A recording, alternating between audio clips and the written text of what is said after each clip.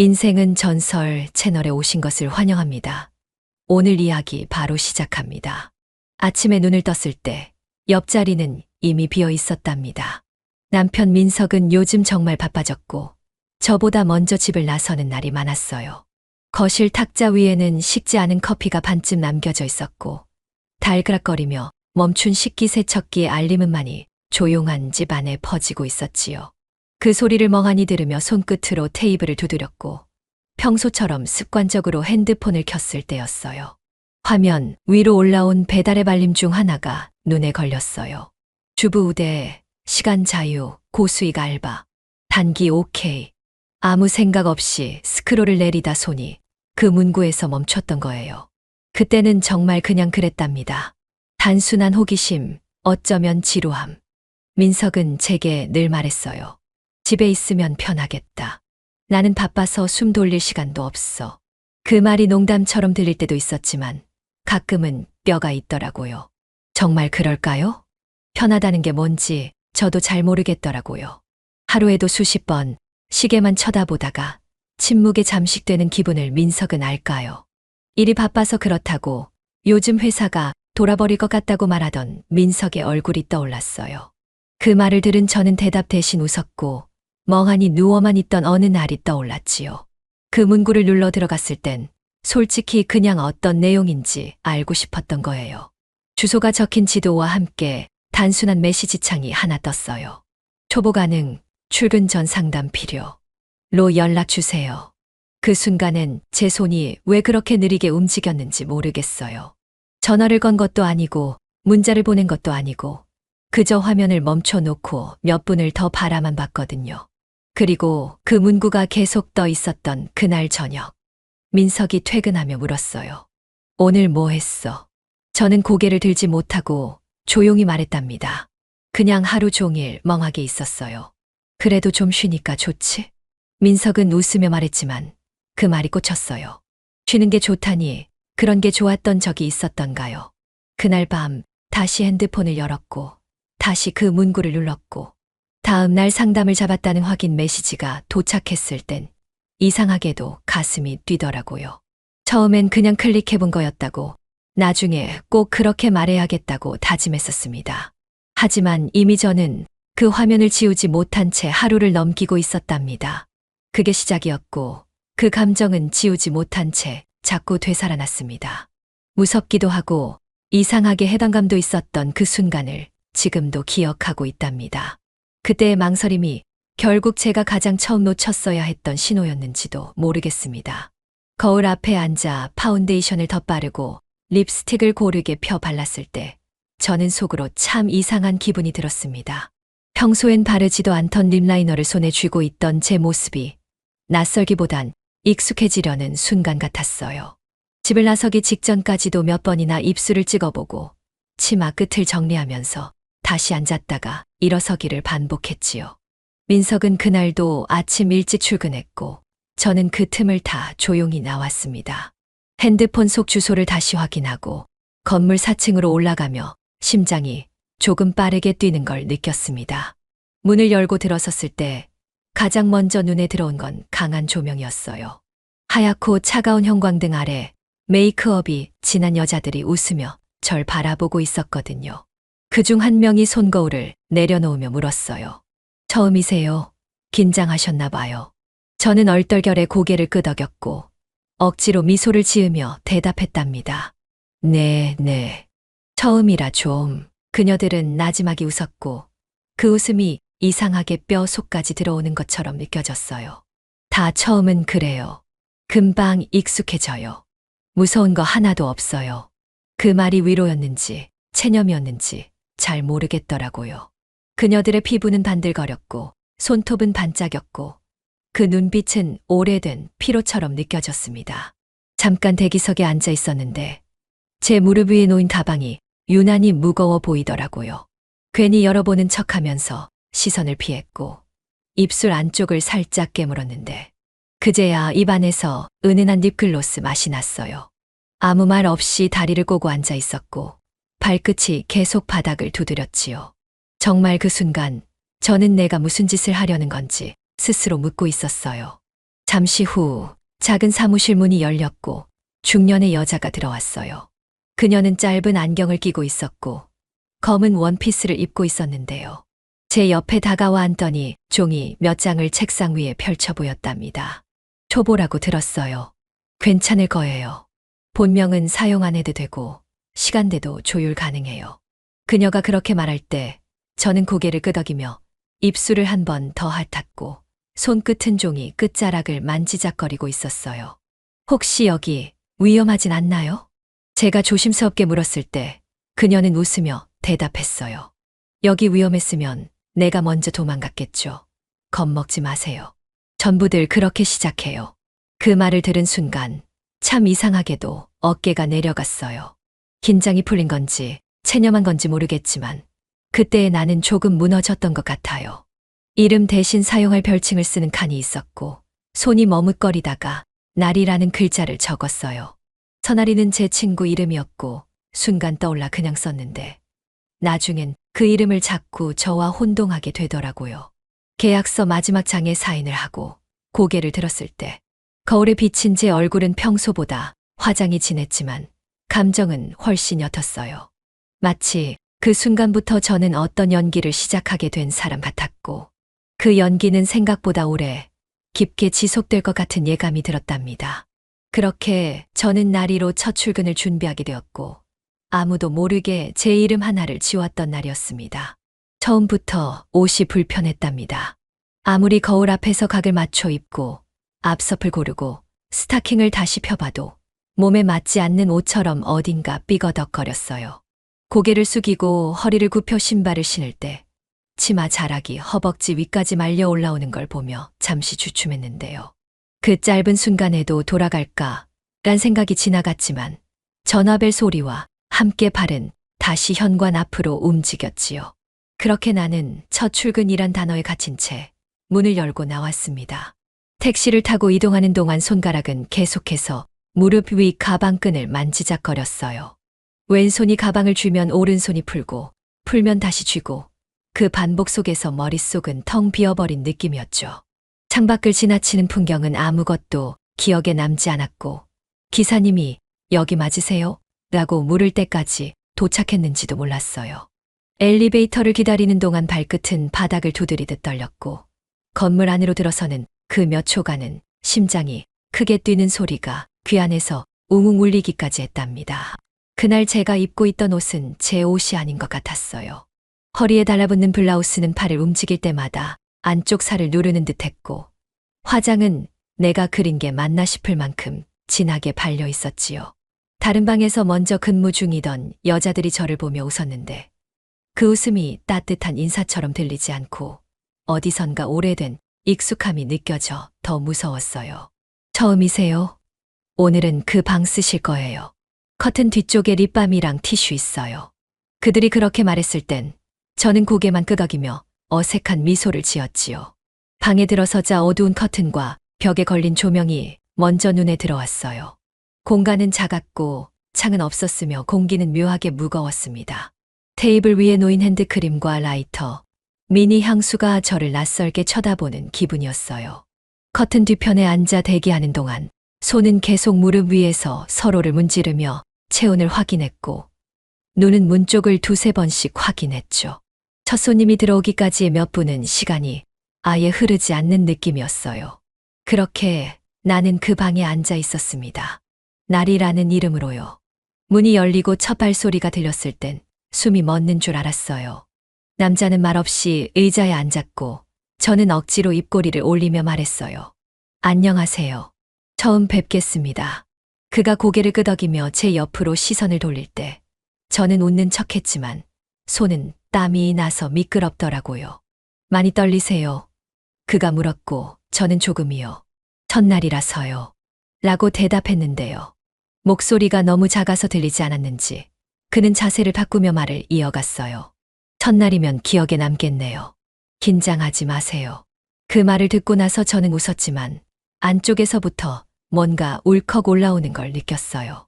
손이 무릎 위에서 살짝 떨리고 있었고 나는 고개를 돌려 조명을 바라보며 눈을 깜빡였죠.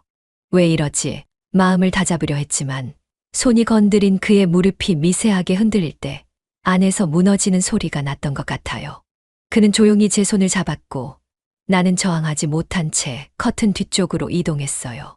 그 순간 제 안에 무엇도 멈추게 하지 못했어요. 손이 피부를 따라 움직이고 입김이 귓가에 닿았을 때 나는 눈을 감았고 숨을 들이마셨고 내내 생각했습니다. 지금 이걸 후회할까? 아니면 그냥 견딜까? 그의 숨결은 일정했고 내 심장은 반대로 점점 빨라졌어요. 온몸의 감각이 마치 분리되는 것 같았고 순간순간마다 내가 아닌 누군가를 연기하는 기분이었어요. 아, 그랬어요. 그때부터였어요. 나는 스스로를 진짜 날이라고 믿기 시작했는지도 모르겠어요. 일이 끝났을 때 나는 손가락 끝을 보며 조용히 속으로 말했어요. 이게 끝인가요? 하지만 아니었어요. 눈가는 젖어 있었고 거울 속 나는 웃고 있지 않았고 손에는 누군가 남긴 향이 묻어 있었고 허벅지 안쪽이 묘하게 욱신거리고 있었어요. 돌아가는 택시 안에서 나는 허리를 반쯤 구부리고 앉아 있었고 종아리를 비비며 감각을 지워내려 했지요. 그렇게 집으로 돌아왔고 씻지도 않은 채 침대에 누워 한참을 눈을 감지 못했습니다. 침묵은 너무 길었고 숨소리는 얕았고 죄책감과 현실감은 따로 놀았어요. 한참을 그렇게 있다가 핸드폰을 열었는데 문자가 와 있었어요. 오늘 수고했어요. 내일도 같은 시간 부탁드릴게요. 짧은 문장이었지만 그 안에 다시 돌아가야 한다는 명령이 담겨 있었지요. 그걸 보면서 저는 천천히 고개를 돌렸고 민석이 자고 있는 얼굴을 오래도록 바라봤습니다. 그가 내 옆에 있었지만 나는 전혀 다른 곳에 다녀온 사람처럼 그날을 온몸으로 기억하고 있었답니다. 그날의 옷, 그날의 손길, 그날의 입김. 다시 돌아가면 나는 또 똑같은 표정을 지어야 했고 또 누군가에게 처음이에요라고 말해야 할지도 몰랐습니다. 하지만 그 순간 제 안엔 이미 어떤 선이 무너져 있었고 돌아갈 길은 한참 전에 사라졌던 것 같습니다. 그날 저는 진짜로 처음을 잃은 날이었습니다. 오늘 야근이야. 그 말이 내 입에서 이렇게 매끄럽게 나올 줄은 저도 예상하지 못했습니다. 목소리는 단단했고 표정은 무덤덤했으며 손은 냉장고 문을 여는 척 자연스럽게 움직였지만 속으론 심장이 조이는 듯이 답답했고 입꼬리는 웃는 얼굴을 하면서도 안쪽 볼은 자꾸 씹히더라고요. 정말 이게 이렇게 쉬울 줄 몰랐어요. 사람 하나를 속인다는 게 이렇게 간단하고 동시에 이렇게 아플 수 있다는 거요. 그날 제 눈동자는 마주칠 때마다 민석을 피했고 그는 아무렇지 않게 물컵을 들고 고개만 끄덕였답니다. 그래, 늦게 와도 괜찮아. 조심해서 다녀와. 그 말이 너무 순한 말투로 나와서 오히려 제가 더 무너지는 기분이 들었어요. 그 순간 저는 냉장고를 닫고 뒤돌았지만 눈물 한 방울이 겨우 고여 있다가 그대로 멈춰 있었고요. 마치 아무 일도 없었던 것처럼 식탁 위에서 컵을 정리하며 말했죠. 오늘 회의가 길어질지도 몰라. 전날부터 팀장님이 야근 얘기를 계속했거든. 그 말이 나올 때 나는 대체 어느 회사에 다니는 여자처럼 말하고 있는 걸까? 순간 머릿속이 하얘졌답니다. 민석은 의심하지 않았고 저는 그런 그의 무심함이 참 이상하게 편했어요. 한때는 날 걱정해 주던 그 눈빛이 이제는 고개만 끄덕이고 마는 걸 보며 이상하게 안심이 되기도 했어요. 정말 그랬어요.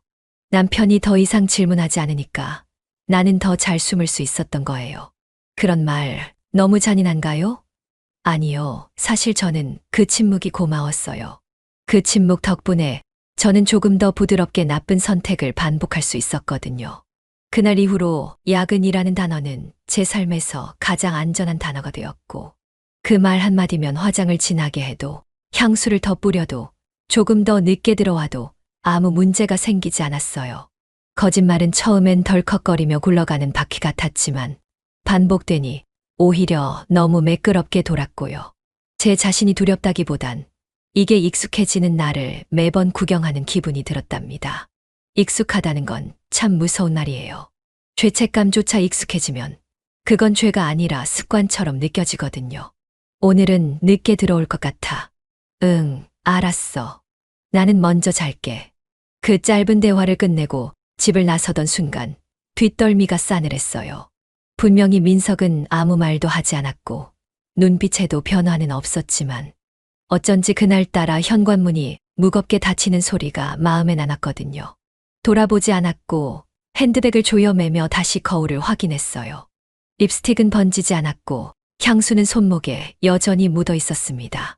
이렇게 매번 같은 순서, 같은 말, 같은 감정으로 집을 나서면서도 나는 내가 지금 어디에 있는지를 스스로에게 묻는 게 점점 줄어들고 있었어요. 민석은 모를 거야. 그렇게 생각하는 횟수가 많아질수록 저는 더 잘 숨게 되었고 더 오래 머물 수 있었지요.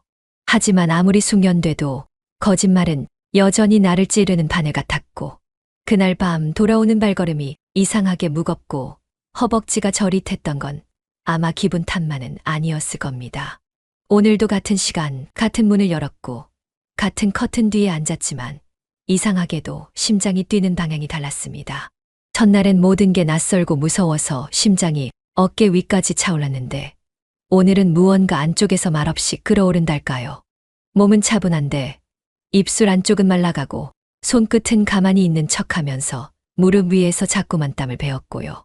향수를 더 세게 뿌렸고 립스틱도 짙은 컬러로 바꿨고 머릿결은 그가 만질 수도 있다는 생각에 반드시 정돈했어요.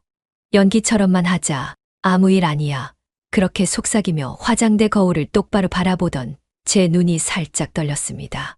문이 열렸고 그가 들어섰어요. 두 번째 손님, 처음보다 말이 없었고 시선도 깊지 않았지만 그 침묵이 묘하게 무게를 만들더라고요. 안녕하세요. 네, 오셨어요? 간단한 인사만 주고받고 나서 그는 천천히 의자에 앉았고 난 무릎 위에 얹어둔 손을 아주 살짝 조였습니다. 그가 먼저 움직이지 않았어요. 공간 안엔 두 명의 체온이 뒤섞인 듯한 눅진한 공기만 가득했죠. 그저 거울 위 간접 조명이 머리카락을 따라 부드럽게 퍼지고 있었고 나는 입술을 한 번 다물었다가 천천히 풀었습니다.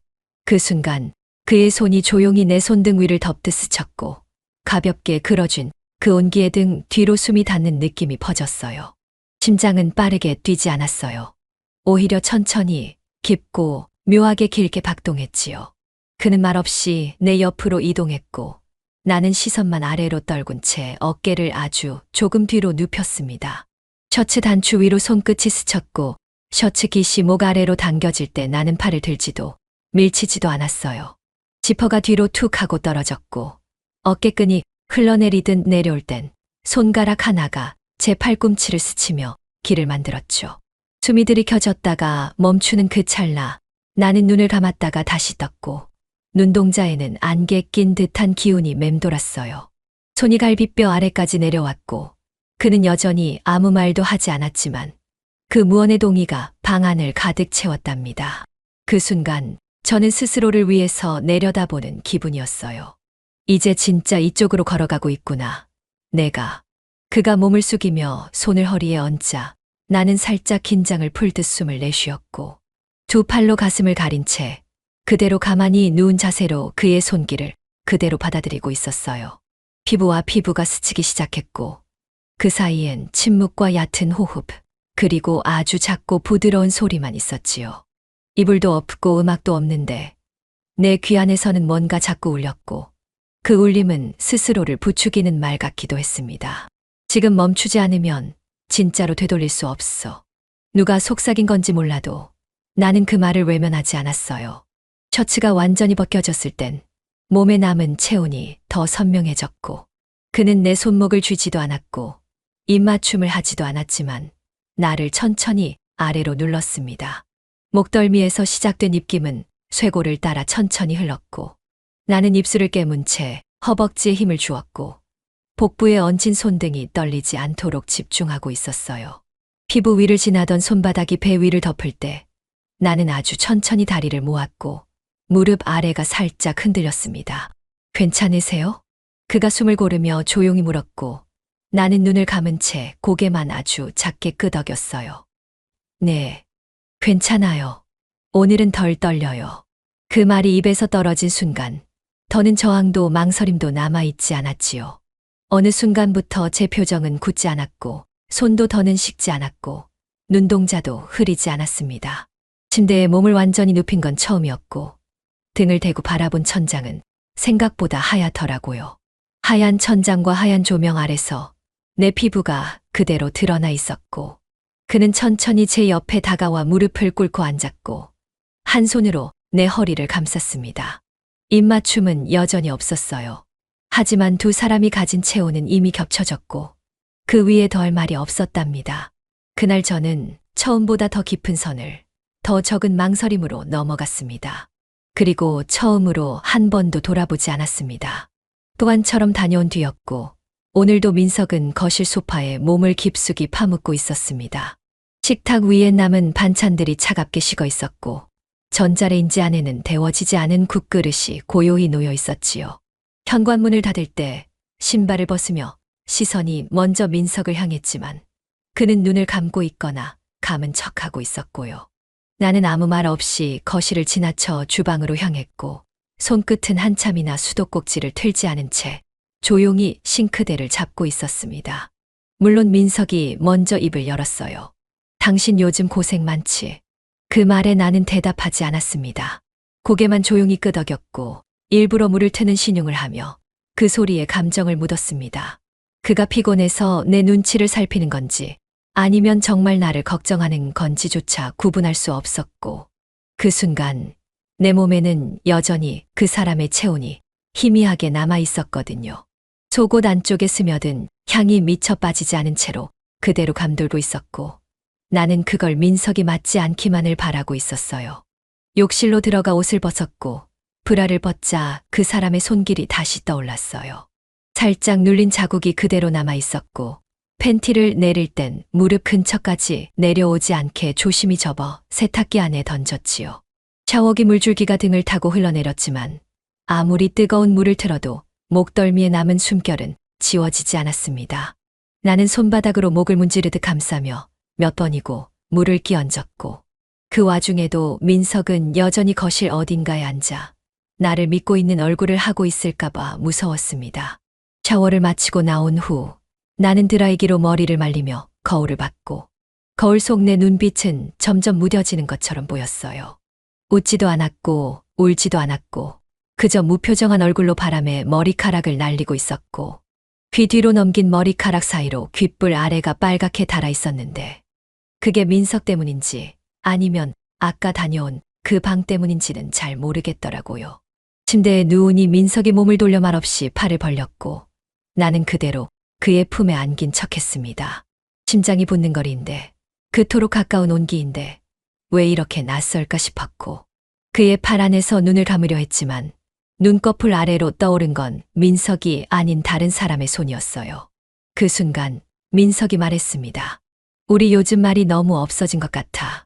응, 나도 알아. 그런데 그게 더 편한 날도 있어. 내 목소리는 너무 차분해서 스스로도 놀랄 만큼 감정이 빠져 있었고, 그 말은 오히려 민석을 안심시키는 쪽으로 작용했던 것 같아요. 그가 한 번 더 나를 감싸 안았고, 나는 반사적으로 그의 가슴에 머리를 묻었지만 입술은 미세하게 떨리고 있었고 눈꺼풀은 애써 내리지 않으려 떨고 있었습니다. 그날 이후 야근은 더 자주 말해졌고, 민석은 더 이상 몇 시쯤 와 또 묻지 않게 되었고, 나는 더 익숙하게 향수를 챙기고 더 무심하게 립스틱을 바르고 시간을 더 정확하게 맞춰 퇴근 시간을 설정하며 아무 일도 없었다는 듯이 그의 옆에 앉아 저녁을 먹는 여자처럼 행동했습니다. 이상하죠. 거짓말은 자꾸 할수록 능숙해지는데 그 능숙함은 결국 아무 말도 하지 않게 만드는 거려. 저는 이제 고생했지 라는 그 말에 웃지도 않고 말하지도 않고 그저 고개만 조용히 끄덕이는 여자가 되어가고 있었습니다. 그날따라 출근 준비가 조금 느렸습니다. 거울 앞에 선 채로 한참 립스틱을 바르다 멈췄고 머리를 넘기고 또 넘기기를 반복하며 스스로를 설득하듯 고개를 끄덕였어요. 몸은 익숙하게 움직였지만 마음 어딘가는 얇게 긁힌 듯한 불편함이 퍼져 있었고, 그 불편함이 이상하리만치 길게 이어졌습니다. 가방을 메고 나서 문을 열기까지 몇 번이나 핸드폰을 확인했고, 누가 문자를 보낸 것도 아닌데 괜히 알림창만 들여다봤지요. 그건 예감이었을까요? 아니면 이미 무너질 순간이 가까이 와 있다는 신호였을까요? 방에 도착했을 땐 별다른 긴장도 설렘도 없었습니다. 그냥 오늘도 똑같은 하루, 똑같은 손님, 똑같은 행동. 소파에 앉아 다리를 모으고 향수를 손목에 한 번 더 뿌리고 커튼 너머 복도에서 들려오는 발소리를 들으며 시간을 기다렸지요. 벨 소리가 울릴 때 저는 아무 생각 없이 문을 열었고 그 순간 그토록 차갑게 멈춰버릴 줄은 몰랐습니다. 현관 앞에 서 있는 그 사람, 말도 없이 저를 바라보던 그 눈동자, 숨도 쉬지 못할 만큼 무거운 공기. 남편이었습니다. 왜 여기 어떻게? 입에서 빠져나온 말은 너무 작았고, 너무 떨렸고, 너무 늦었어요. 민석은 말없이 나를 바라보고 있었어요. 오래된 침묵처럼, 누구보다 잘 아는 사람처럼. 그의 눈엔 물기가 없었지만 말보다 더 많은 것들이 담겨 있었어요. 분노, 배신, 실망, 그리고 아득한 낯설음. 그 시선 하나로도 제 안쪽이 송두리째 부서지는 것 같았어요. 당신이 문을 직접 열 줄은 몰랐어.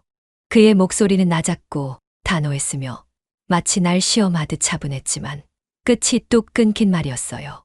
나는 아무 말도 못한 채 문을 붙잡은 손을 떼지도 못했고 그 앞에 선 채 온몸이 굳어 있었습니다. 발끝이 떨렸고 입술은 아예 닫혀 있었고 머릿속은 텅 비어 있었는데 그 안에는 들켰다는 공포만이 가득 차 있었어요. 여기까지 와서 그걸 봐야 했어. 민석이 한 발 다가왔고 나는 반사적으로 뒷걸음질 쳤어요. 그가 신발도 벗지 않은 채 문 안으로 들어서며 시선을 안쪽으로 돌렸을 땐 방 안의 공기가 일순간 흔들렸고 침대 위에 놓인 내 가방, 열려있는 립스틱 뚜껑, 그리고 살짝 벌어진 셔츠 단추 사이로 보이는 속살의 자국들까지 어떤 변명도 할 수 없을 만큼 선명한 증거들이 그대로 놓여 있었습니다. 말 좀 해봐. 나 지금 뭐 보고 있는 거야. 그가 낮은 목소리로 던진 말에 나는 간신히 입술을 열었어요. 미안해요, 민석아. 그건 변명도 고백도 아닌 그냥 무너진 사람의 중얼거림이었고 민석은 내 말을 듣고도 고개만 살짝 젖혔을 뿐 어떤 반응도 보이지 않았습니다. 한참을 그렇게 침묵하던 그는 다가와 내 어깨를 세게 붙잡았고 그때서야 나는 두 눈을 질끈 감고 고개를 숙였어요. 이게 몇 번째야? 그 말에 대답할 수 없었습니다. 숫자로 세고 싶지 않았고 세지도 못할 만큼 무너져 있었으니까요. 나는 눈물도 흐르지 않는 눈으로 고개를 흔들며 그저 숨만 내쉬고 있었어요. 그 순간 발치에 떨어진 속옷 위로 민석의 시선이 내려갔고 그는 아무 말 없이 그것을 발로 밀었습니다. 다 가져. 다 치우고 다시는 집에 오지 마. 그 말은 명령이었고 판결이었고 선언이었어요. 그가 뒷걸음치며 문을 닫았을 때 손잡이가 딸칵 소리를 내며 잠긴 소리조차 너무 또렷해서 나는 그 앞에서 그대로 주저앉고 말았어요. 무릎을 안고 엉엉 울지도 못한 채 가슴만 벌렁거리고 손등으로 입을 텨막으며 숨을 쉬지 못했지요. 그날 그 방엔 손님도 없었고 나는 옷을 벗지도 않았지만 그 어떤 날보다 더 깊이 더 끔찍하게 망가졌던 날이었습니다. 무릎이 떨렸고 가슴이 조였고 숨은 깊게 쉬지도 못했습니다. 문이 닫힌 뒤에도 한참 동안 그 자리에서 움직이지 못했고 결국 두 손을 짚고 바닥에 주저앉았어요. 발끝에서부터 올라오는 냉기와 함께 그 순간 민석의 눈빛이 계속 맴돌았고 아무 말 없이 날 내려보던 표정이 자꾸 떠올랐습니다. 감정이 한 번에 터지진 않았어요. 무너지는 건 늘 조용하게 그리고 천천히 시작되니까요. 손바닥을 무릎에 대고 몸을 일으킨 건 아마도 문이 닫히고 나서 10분쯤 지났을 때였던 것 같아요. 옷을 제대로 입지도 못한 채 나는 그날의 흔적을 겨우 정리하고 현관문을 열었고 신발을 신을 때는 손이 떨려 끈을 묶지 못해 그대로 쑤셔 넣고 나왔어요. 택시를 타고 집 앞에 도착했을 때 창문으로 본 불 꺼진 거실은 이상하게 낯설고 또 너무 익숙했죠. 문을 열고 들어간 순간 거실 한복판에 민석이 앉아 있었어요. 불은 켜지지 않았고 그저 어둠 속에서 내가 돌아오길 기다리고 있었던 겁니다. 민석아, 그게 다는 아니에요. 입술이 마르면서 나오는 목소리는 뚝뚝 끊겼고 내 말은 스스로도 설득하지 못할 만큼 공허했어요. 민석은 고개를 들지도 않았고 눈도 마주치지 않았고 아무런 말도 하지 않았어요. 그 침묵이 더 무서웠고 그 어둠이 더 죄스러웠고 나는 결국 거실 중앙에 무릎을 꿇고 두 손을 모은 채 울음을 삼키며 말했어요. 나도 이렇게 될 줄 몰랐어. 나도 그냥 조금씩 무너진 거야. 아무도 몰랐고 아무도 안 물었으니까. 그 순간 민석이 나를 바라봤어요. 눈빛은 차갑지도 뜨겁지도 않았고 그저 낯설었어요. 마치 내가 아닌 사람을 보고 있는 것처럼, 마치 처음 보는 사람을 대하듯 말했지요. 그게 이유야. 그게 널 변명해 줄 수 있어. 나는 고개를 끄덕이지도 부정하지도 못했어요. 눈물이 주르륵 흐르고 있었지만 그 눈물조차 민석에게 어떤 의미도 주지 못한다는 걸 나는 이미 알고 있었던 거예요. 나는 당신이 지쳐 있는 줄은 알았는데 이렇게까지 멀리 가 있는 줄은 몰랐어요. 그 말에 나는 처음으로 두 손으로 얼굴을 가렸고 그 안에서 터져 나오는 울음을 억누르려 입술을 깨물었어요. 방 안의 공기마저 눅눅하게 가라앉아 있었고 시간은 이상할 정도로 천천히 흘렀고 두 사람 사이의 거리보다 대화의 무게가 훨씬 멀었습니다. 민석은 잠시 날 바라보더니 조용히 일어났고 안방으로 향했어요. 그가 방문을 닫는 순간 나는 조용히 머리를 숙인 채 바닥에 두 손을 댔습니다. 이건 사과도 아니고 용서를 구하는 제스처도 아니었고 그냥 스스로를 더 낮추고 싶어졌기 때문이었어요. 말로 다 못한 밤이었어요. 진심이 늦게 도착한 사람처럼 감정이 제때 말을 찾지 못한 밤이었어요. 그 밤은 어떤 고백도, 어떤 눈물도, 어떤 말도 닿지 않는 곳까지 떨어져 있었고 나는 그 어둠 속에서 무릎을 꿇은 채 자신이 저지른 모든 것의 무게를 처음으로 받아내고 있었답니다. 처음엔 돈 때문이었습니다. 생활비는 늘 빠듯했고 집안은 정적만 가득했으며 누구에게도 도움을 청할 수 없다는 게 자존심을 짓눌렀어요. 그렇게 선택한 일이었어요. 아주 조심스럽게 아주 천천히 나 자신을 밀어낸 끝에서 손을 내민 곳이었거든요.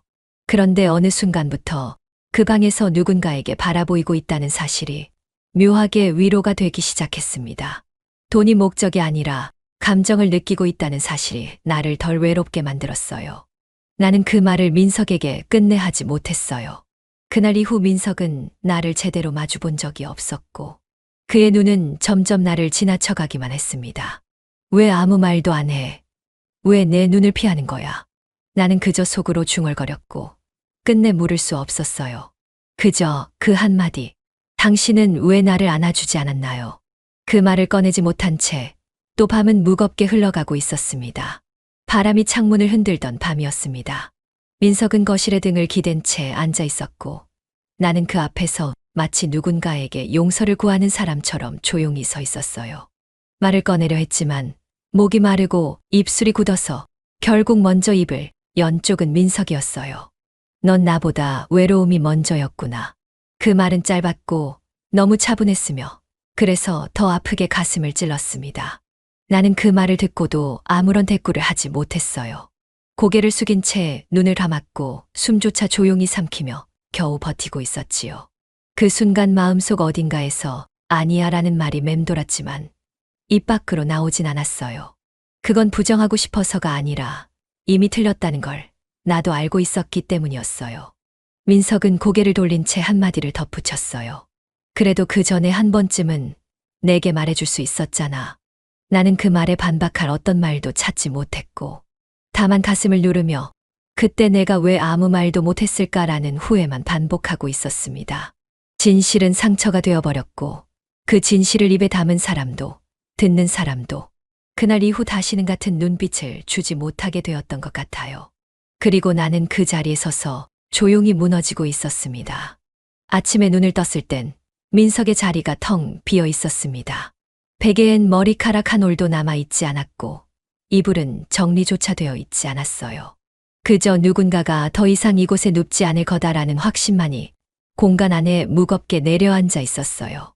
거실엔 아무도 없었고 신발장엔 민석의 운동화가 사라져 있었으며 탁자 위엔 열쇠와 쪽지 한 장도 없었답니다. 그런데도 나는 소파에 멍하니 앉은 채 그가 잠시 나갔다 오는 것처럼 느껴지고 싶었어요. 진짜 그냥 간 거야? 입 밖으로 나온 말은 너무 작고 가벼워서 내가 한 말인지조차 실감나지 않았고 심장은 뛰는 대신 조용히 가라앉았고 숨은 얕고 가늘게 목에만 걸려 있었지요. 냉장고를 열었지만 아무것도 손이 가지 않았고 커피포트를 올렸다가 다시 내렸고 창문을 열었지만 바람은 들어오지 않았고 TV를 켰지만 채널은 흐르지 않았습니다. 이 모든 일상이 민석이 없는 이 집에선 더 이상 일상이 아닌 것 같았어요. 무엇보다 내가 떠난 게 아니라 그가 떠난 쪽이 더 깊은 공허를 남긴다는 걸 그제야 나는 처음으로 알게 되었던 것 같아요. 민석은 소리도 없이 사라졌고 나는 소리 없이 그 자리에 무너지고 있었습니다. 정말 그랬습니다. 모든 게 끝나고 나서야 나는 민석이 나에게 얼마나 많은 것을 견뎌내며 버텨주고 있었는지를 깨닫게 되었어요. 그가 퇴근 후에 지친 얼굴로 건네던 밥은 먹었어? 라는 질문이 그저 습관이 아니라 나를 향한 마지막 관심이었단 걸 이제야 알았고 매일 밤 아무 말 없이 뒤척이다 등을 돌리던 민석의 뒷모습이 사실은 나를 향한 포기였단 것도 그제야 느꼈습니다. 그때는 그냥 피곤해서 말을 아낀다고 생각했거든요. 정말 그럴까요? 아니요. 나는 알고 있었던 거예요. 그 눈빛이 멀어지고 있다는 걸, 더는 내게서 이유를 찾지 않는다는 걸. 하지만 그 순간조차 나는 민석에게 다가가지 않았고 끝내 아무 말도 없이 등을 돌려버렸던 사람이 바로 저였지요. 그날 내가 한 번이라도 당신 손을 잡았더라면 혼잣말처럼 내뱉은 말이 방 안을 맴돌다가 조용히 꺼졌고 민석은 없었고 그의 숨결도 그의 온기도 그의 습관조차 모두 사라져 있었어요. 이불을 정리하다 멈췄고 손끝에 닿은 시트의 주름이 낯설게 느껴졌고 거울 앞에 선 나는 나를 똑바로 바라보지도 못한 채 그대로 눈을 감았습니다. 눈꺼풀 아래에서 뜨거운 물이 고였고 말라버린 목구멍에선 흐느낌조차 새어나오지 않았습니다. 내가 더 힘든 줄 알았어요. 그런데 지금 보니까 그 사람 눈이 더 오래 울고 있었더라고요. 그 말이 터졌을 땐 이미 무릎 위에 얼굴을 묻은 채였고 두 손으로 감싼 머리 사이로 숨이 가쁘게 터져 나오고 있었어요. 누군가의 어깨를 빌려 울 수 있다면 얼마나 좋을까. 이제는 그런 사소한 바람조차 사치처럼 느껴졌습니다. 나는 너무 늦게서야 깨달았어요. 후회는 늘 그렇듯 모든 것이 끝난 다음에야 말없이 문을 열고 들어온다는 거요. 그날 나는 민석에게 마지막으로 말조차 걸지 못했고 그는 아무 말 없이 그 문을 닫고 나갔으며 그 순간 내 안의 모든 것이 천천히 그러나 확실하게 무너지고 있었습니다. 일주일이 흘렀습니다. 아무도 다녀가지 않았고 초인종도 울리지 않았고 문 앞엔 택배 상자 하나 없이 조용했어요. 민석은 떠났고 나는 남겨졌고 그 뒤로 이 집 안의 공기는 시계 소리조차 크게 울릴 만큼 적막했지요. 하루에도 몇 번씩 폰을 들여다보다가 알림 하나 없는 화면을 보고 다시 내려놓았고 그렇게 멍하니 벽만 바라보다가 어깨를 감싼 채 잠이 드는 날이 반복되고 있었습니다.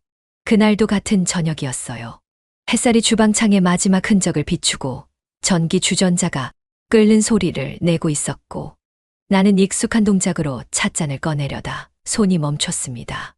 서랍 깊숙이 넣어뒀던 작은 MP3가 손끝에 걸렸고 그 순간 망설이지 않고 버튼을 눌러봤어요. 민석이 남긴 마지막 녹음, 우리 둘만 쓰던 비밀 앱 안에 숨겨져 있었던 그 사람의 목소리였습니다. 이 녹음은 내가 혹시라도 들을 일이 있다면 하는 마음에 남겨. 목소리는 평소보다 조금 더 낮고 느렸고 침착했지만 어딘가 떨림이 있었어요. 나는 찻잔을 내려놓고 두 손으로 기기를 감싸며 숨소리 하나 놓치지 않으려 귀를 가까이 대었습니다. 사실 오래전부터 알고 있었어. 너의 표정이 웃고 있지 않았다는 걸.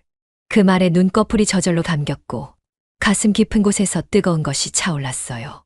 그 사람은 내 고백을 기다리지 않았고 이미 충분히 알아채고 있었던 겁니다. 그래도 기다렸어. 언젠가 내가 말해줄 거라고. 근데 결국 아무 말도 안 했더라. 그 한마디가 가슴을 찢는 듯 했어요. 나는 숨도 제대로 쉬지 못한 채 MP3를 꼭 쥐고 울지도 못하고 앉아 있었어요. 소리는 점점 작아졌고 마지막으로 남은 건 아주 짧은 한 문장이었죠. 그럼에도 불구하고 난 널 정말 사랑했어. 그 말이 끝났을 땐 방 안에선 주전자 소리만 남아 있었고 나는 두 손으로 입을 가린 채 그 자리에 엎드려 울었습니다. 그가 남긴 건 화도 아니고 원망도 아니었고 그저 목소리 하나였는데 그 목소리 하나가 나를 완전히 무너뜨렸어요. 그리고 그날 나는 처음으로 알았어요. 진짜 용서는 말로 하는 게 아니라 침묵으로 남긴 마음이라는 걸요. 민석의 목소리는 멈췄고 내 마음은 그 자리에 오래도록 머물러 있었습니다. 모든 것이 멈춘 것처럼 조용한 오후였습니다. 식탁 위엔 마시다만 커피가 식어 있었고 거실 창문 틈으로 들어오는 햇살만이 흐르듯 내리고 있었어요. 나는 소파에 앉아 있었고 무릎 위엔 민석이 남기고 간 작은 노트 하나가 놓여 있었어요. 페이지마다 수줍은 글씨로 적힌 것들 위에 식사 시간, 그의 출근 준비, 심지어 내가 가끔 싫어하던 그 사람의 구두 소리까지 모두 그 속에 고요히 담겨 있었지요. 그 사람은 나를 사랑했어요. 어쩌면 내가 알아차리기 훨씬 전부터 말로 다하지 못할 방식으로 사랑해왔던 걸지도 몰라요. 침묵으로, 기다림으로, 포기로, 그리고 끝내는 떠남으로까지. 나는 그걸 너무 늦게 깨달았고 그가 사라진 뒤에서야 하나하나 주워가며 후회의 그림자를 삼키고 있었어요. 그리움은 시간이 흐른다고 줄어들지 않더라고요. 오히려 더 깊고 무겁게 가라앉을 뿐이었어요. 민서가 정말 미안해. 그때는 내가 너무 아파서 내가 옆에 있는 것도 잘 보이지 않았어. 근데 지금은 내가 없는 게 더 아프다. 혼자 중얼거리며 웃음인지 울음인지 모를 소리를 냈고 거실 한가운데에서 조용히 무릎을 끌어안고 앉아 있었어요. 울지 않겠다고 다짐했지만 마음이 따라주지 않았고 창밖에 구름이 천천히 흐르듯 내 눈물도 멈추지 않았지요. 그래도 그 사람은 나를 사랑했잖아요. 누구보다 깊고 조용하게 나조차 몰랐던 방식으로 끝까지. 그 기억 하나면 앞으로의 모든 날을 견디는 데는 충분할지도 모르겠어요. 다시는 그 품에 안길 수 없고 다시는 그 이름을 부를 수 없어도 나는 이제야 온전히 믿고 있어요. 그래요. 그 사람은 끝까지 나를 사랑했던 사람입니다. 그래서 저는 다시는 그 사랑을 헛되게 하지 않겠습니다. 그래도 그 사람은 나를 사랑했으니까요.